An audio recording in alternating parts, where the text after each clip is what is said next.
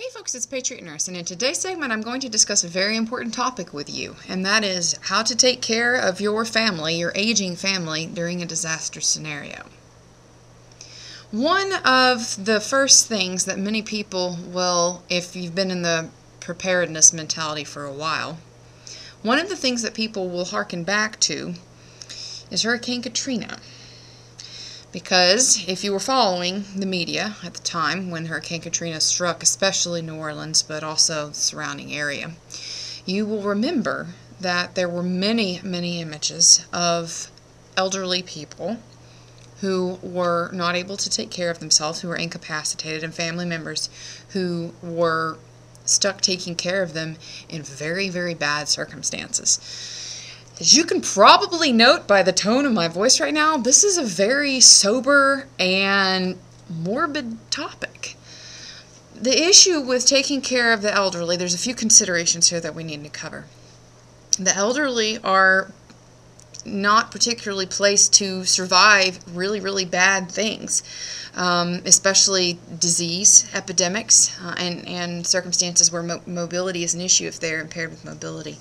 So some considerations here that we need to cover is, number one, elderly folks, little old grannies, their immune readiness is lower. This is just a fact of reality. The body is only meant to last a certain amount of time, and it tends to fatigue, just like a car. As a car gets older and older and older, it requires much more maintenance, and things need to be changed because things wear out. The human body is a machine, and it is little different. So when you're taking care of your family, especially your aging family members, we need to be cognizant that they need to be kept away from disease, if at all possible. And we really need to pay special focus and diligence to their preventative health. Something else we need to consider here is that for many of our elders, mobility is a challenge. This kind of goes back to the who will die first when the shit hits the fan video. There is no good way to say this. If you need to swiftly evacuate and a person you are with is incapable of doing that, you have to make some very difficult decisions as to who is going to stay with them, how long you're going to stay, and what your contingency plans are for evacuating that person if they cannot move. I'm not about abandoning people. That's a very sober thing that a lot of people probably haven't thought about, but we need to go there in our minds as to what we're going to do with our family. The other thing is that our elders, even though some people might view them as a liability, I think that's very cold. We need to recognize that just because a person is not perhaps physically capable of being on the I'm going to pick you when starting out on the Oregon Trail list. That's the thing about Oregon Trail. If you remember playing it when you were younger, nobody wanted to take around the 70 and 80-year-olds. I can't imagine why. You didn't want the 70 or 80-year-olds and the 2-year-old children.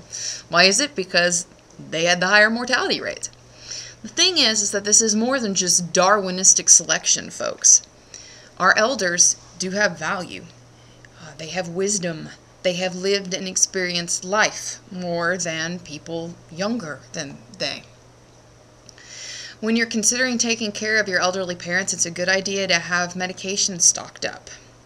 If they're on routine maintenance medications, then it would behoove you to store those. But we need to be realistic here, and somebody has to call out the elephant in the room. There's going to be, in a disaster scenario, there's going to be a lot of elderly people who are going to die. This happens whenever there's a prolonged power outage, especially in the South, where I live. And it's really, really sad. It is very sad that these little grannies who are in houses all alone, they have their little fan, and they just sweat out too much, and they have little heat strokes, and they die. People are going to die. Death is a part of life. Sometimes you're not going to be able to help it, but what you can do is position yourself in such a way that you recognize their needs, you have anticipated the needs of the elders in your care, and to the best of your ability, you have stockpiled things. I would also encourage you, if incontinence is an issue, that you stockpile Depends right now. Those are really expensive, but there are 3 things that put you in an advanced care facility: falls, incontinence, and dementia. those are going to be your challenges if you are taking care of someone who has one of those criteria. It's going to be very, very difficult for you in a disaster scenario. So I would encourage you to sit down, problem solve your individual scenario, look at people who you can get to help you out. Your neighbors, if you've got good neighbors, that's a good thing. Your neighbors, your immediate family, even your extended family, even if you don't get along with them particularly well, you got to have a plan. Not one person cannot shoulder the burden of the care for another person all the time. One of my very dear friends for many years has cared for her aging mother, and until very recently she worked a full-time job, and her mother, she cared for her at the end of the day and at the beginning of the day. And to be very blunt, again, it is like caring for an infant that weighs 95 to 110 pounds. That is no small thing. So you're going to have people together there helping you. There's honestly not a whole lot I can say about this other than do what you do now, prepare, store, and amp up your supplies. But the bottom line is in a scenario where you're looking at loss of power, prolonged, and loss of access to advanced care facilities, you're going to have a lot of elderly people die. I had this conversation with a friend this last week. We will experience, in the event of a long-term grid-down disaster scenario, we're going to experience massive swaths of death in people over the age of 65. And 65 now, it's like, I'm not old. I'm not saying you are. I'm just stating the obvious here. Up until very recently, it was extraordinary for someone to live past the age of 70. Now we have people living longer, but they're not necessarily living healthier. They're living sicker longer. So we need to, like I said, we need to call out the elephant in the room. It's going to happen. And it's not a popular or a comfortable thing for me to look you in the eye right now and say, your ailing and elderly family member could be in that group. So part of the preparedness standpoint for caring for the elderly, you need to wrap your head around they could die. That's not easy to say, but that's the reality of it. Sorry I couldn't paint a rosier picture for you, but people don't watch me to sugarcoat things. People watch me to look at you and tell you the truth. So get your network together, store up your supplies, and bolster yourself for dealing with the passing of somebody you love. Okay. Switching gears. Switching gears here. I want to tell you about the Medical Prep 101 classes.